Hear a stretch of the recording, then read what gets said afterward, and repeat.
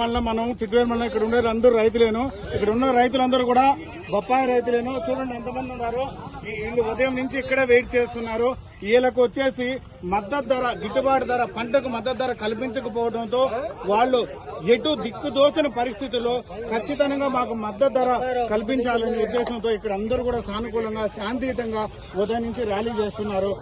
ఆంధ్రప్రదేశ్ లో ఉన్నటువంటి ముఖ్యమంత్రి గారైనా గానీ, మా జిల్లా కలెక్టర్ గారైనా గానీ ప్రతి ఒక్కరూ స్పందించి ఇక్కడ ఉన్నటువంటి రైతులకు న్యాయం చేయాలని కోరుతున్నాం. రైతే దేశానికి ఎన్నుముక్క అంటారు. అటువంటి మన భారతదేశంలో రైతులు పడుతున్న పరిస్థితి ఇది.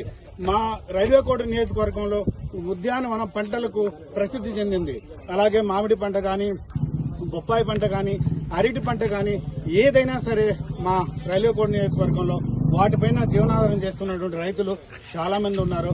మా రైతుల పరిస్థితిని గమనించి ఖచ్చితంగా స్పందించి ప్రభుత్వం వారు, జిల్లా కలెక్టర్ వారు దృష్టికి తీసుకెళ్లి దీన్ని ఖచ్చితంగా న్యాయం చేస్తారని మేము కోరుకుంటున్నాం.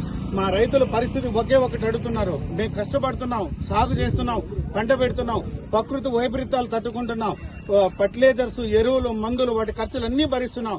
ఆఖరికి మాకు కనీసం మద్దతు ధర కలిగించకపోతే మేము మళ్లీ పంట సాగు చేయాలంటే ఎలా చేస్తాము?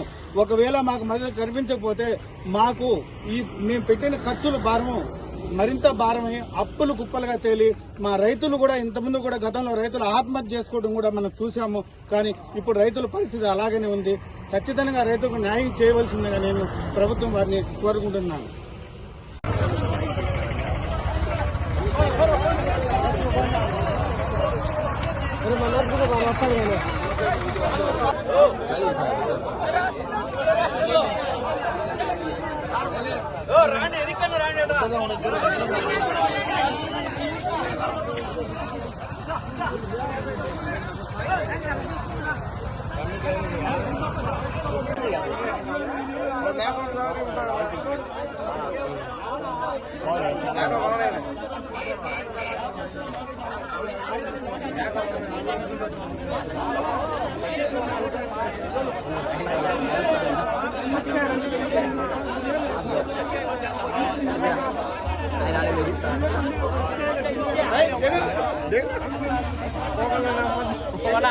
ఆయన బూతులు తిడతాడు మన ఆయన.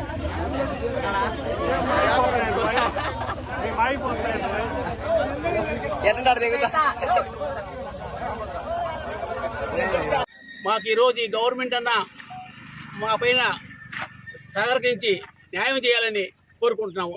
ఈ బొప్పాయి రేటు అనేది అంతా సిండికేట్ అయ్యి